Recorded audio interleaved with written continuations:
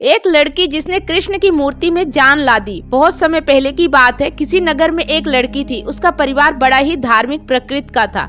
यही वजह थी कि वह भी बचपन से ही धर्म कर्म में विश्वास रखती थी और लड्डू गोपाल की भक्ति में लीन रहती।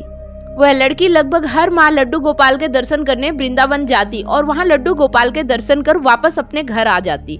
धीरे धीरे समय बीतता गया और वह बड़ी हो गई, पर उसने कभी भी वृंदावन जाना नहीं छोड़ा। कुछ दिनों बाद उस लड़की की शादी हो गई, फिर भी वह अपने ससुराल से हर माह लड्डू गोपाल के दर्शन करने वृंदावन जाना नहीं भूलती। कुछ साल और बीता और उसे बच्चे भी हो गए। धीरे धीरे बच्चे भी बड़े हो गए और उनकी भी शादी हो गई, लेकिन उस लड़की ने वृंदावन जाना नहीं छोड़ा।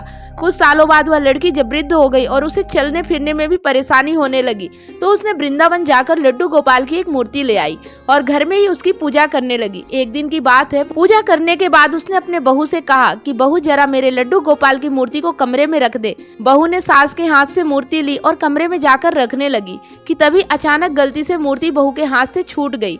मूर्ति के गिरते ही बड़े ही जोर की आवाज आई, जिसे सुन बूढ़ी माँ घबरा गई और जोर जोर से चिल्लाने लगी, क्या हुआ बहू, क्या मेरे लड्डू गोपाल नीचे गिर गए? यह सुन बहू बोली, जी माँ जी, लड्डू गोपाल की मूर्ति गलती से मेरे हाथों से गिर गई।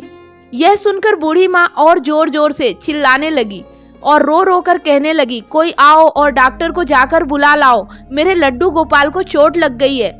अपनी सास के मुंह से ऐसी बातें सुनकर बहू ने पहले सोचा कि वो नाटक कर रही है, पर जब काफी देर तक उसकी सास इस तरह चिल्लाती रही तो उसे लगा कि शायद बुढ़िया पागल हो गई है। फिर जब शाम को उस बुढ़िया का बेटा घर आया तो बहू ने उसे सब कुछ बताया। अपने पत्नी की बातें सुनकर बेटा को भी लगा कि कहीं अधिक उम्र हो जाने की वजह से माँ पागल ना हो गई हो। फिर उसे अपने बच्चों का ख्याल आया और उसने अपनी माँ को पागल खाने भेजने का निश्चय किया। पर कहते हैं ना कि भगवान अपने भक्त की हमेशा मदद करते हैं, और यहाँ भी यही हुआ।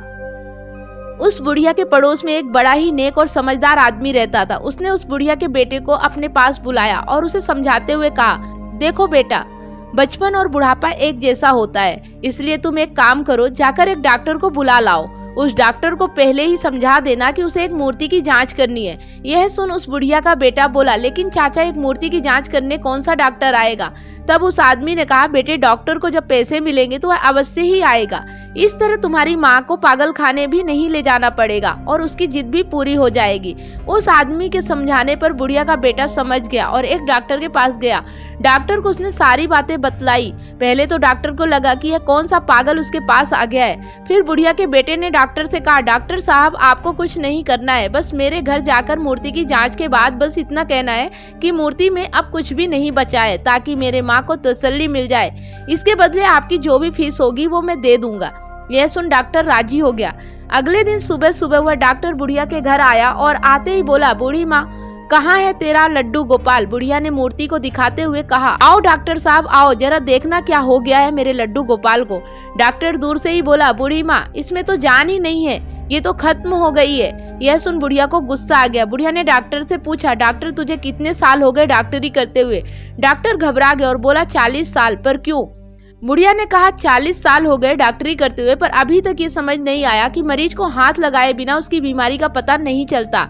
यह सुन डॉक्टर को लगा कि शायद वो ज्यादा ही जल्दी वह अपना काम खत्म कर रहा है। उसने जाकर मूर्ति के हाथ की नब्ज देखी और कहा कि माँ, कुछ नहीं है तेरे लड्डू गोपाल में। बुढ़िया बोली, डॉक्टर, सही से देख, ऐसा नहीं हो सकता। डॉक्टर ने इस बार मूर्ति के साइन पर हाथ लगाया और फिर बोला, माँ, अब कुछ नहीं है तेरी इस मूर्ति में, यह खत्म हो गई। फिर भी उस बुढ़िया को विश्वास नहीं हुआ। उसने डॉक्टर से कहा, बेटा, तुम लोगों के पास जो मशीन होती है ना, जिससे चेक करके तो देख। डॉक्टर समझ गया कि बूढ़ी माँ स्टेथोस्कोप की बात कर रही है। यह सुन उस डॉक्टर ने अपना स्टेथोस्कोप निकाला और उस मूर्ति की छाती पर लगाया। मूर्ति में से जोर जोर से धक धक की आवाज आई।